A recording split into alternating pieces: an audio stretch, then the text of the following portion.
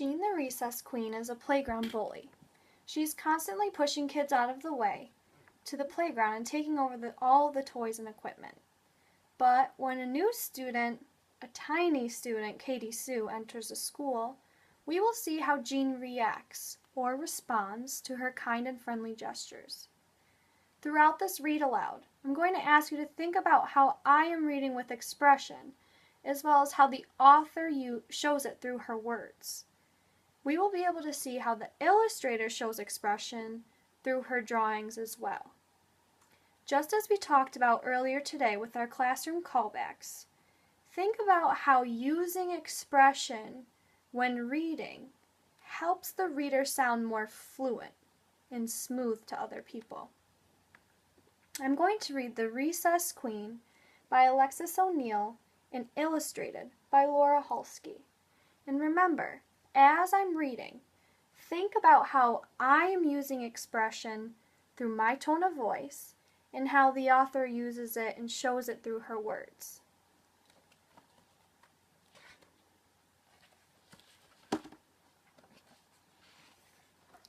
Mean Jean was Recess Queen, and nobody said any different. Nobody swung until Mean Jean swung. Nobody kicked until Mean Jean kicked. Nobody bounced until Mean Jean bounced. Here on the first page even, we can see how the illustrator has started using expression through her drawings. Take a look at all of the different kids' facial expressions. That's one way to show expression. If kids ever crossed her, she'd push 'em and smush 'em, lollapaloosh 'em, hammer 'em, slammer 'em, kits and kajammer 'em.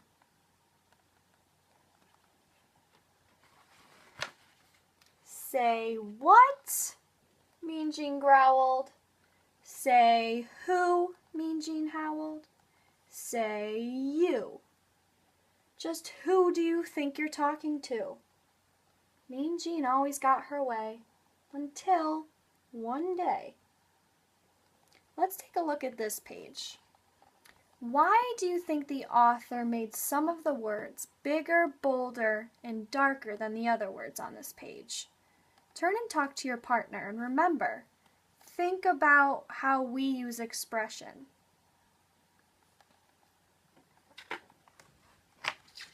A new kid came to school. Katie Sue, a teeny kid, a tiny kid, a kid you might scare with a jump and a boo. But when the recess bell went ringety-ring, this kid ran zingety-zing for the playground gate. Katie Sue swung before Mean Jean swung. Katie Sue kicked before Mean Jean kicked. Katie Sue bounced before Mean Jean bounced. The kid you might scare with a jump and a boo was too new to know about Mean Jean the Recess Queen. We see the big and bolded words here again on this page. I wonder if that's a way the author is trying to show expression through her words. How did the illustrator use expression through her drawing on these pages?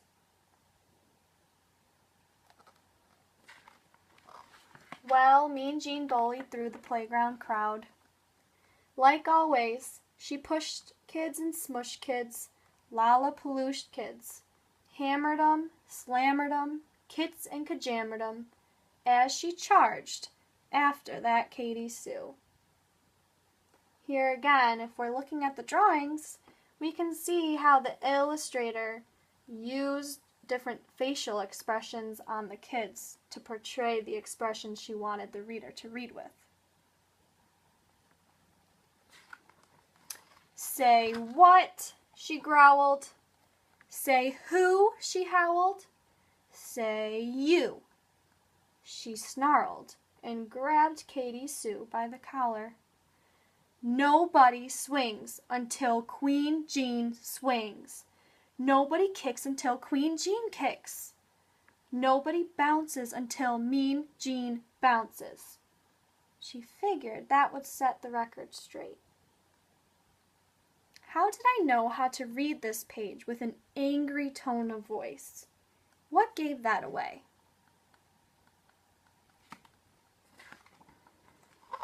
She figured wrong. Katie Sue talked back. Just as sassy as she could be, she said, "How did you get so bossy?" Then that puny thing, that loony thing, grabbed the ball and bounced away. Oh, Katie Sue was one quick kid. She bolted quick as lightning. Bouncity bounce bounce, kickity kick kick, swingity swing swing. Mean Jean thundered close behind. Bouncity kickity swingity. The recess queen was not amused.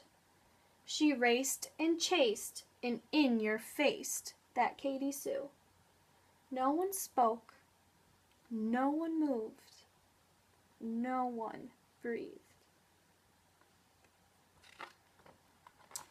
Then from her pack pulled Katie Sue, a jump rope, clean and bright. "Hey, Jeanie Beanie," sang Katie Sue. "Let's try this jump rope out." Here's one thing true. Until that day, no one dared ask Mean Jean to play. But that Katie Sue just hopped and jumped and skipped away.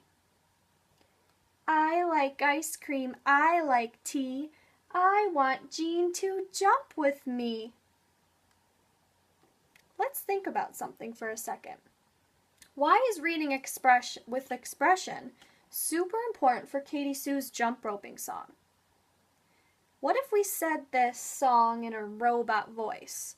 Turn and talk to your partner about how it would sound different than the way I read it to you. Does it sound the same? Jean just gaped and stared as if too scared to move at all. So Katie Sue sang once more. "I like popcorn, I like tea, I want Jean to jump with me." Then from the side a kid called out, "Go, Jean, go!" And too surprised to even shout, Jean jumped in with Katie Sue. "I like cookies, I like tea, I want you to jump with me." How did Jean's tone of voice change from the beginning of the story to right now?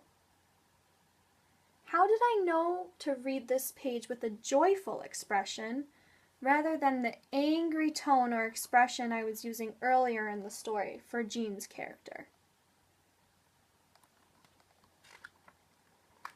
The jump rope whizzed and slapped.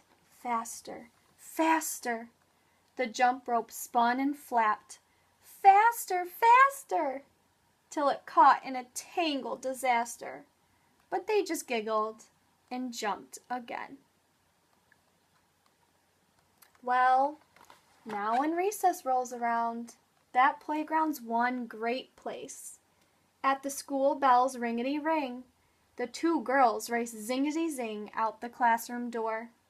Jean doesn't push kids and smush kids, lollapaloosh kids, hammer 'em, slammer 'em, kits and kajammer 'em, 'cause she's having too much fun rompity romping with her friends. So this book shows how important reading with expression is.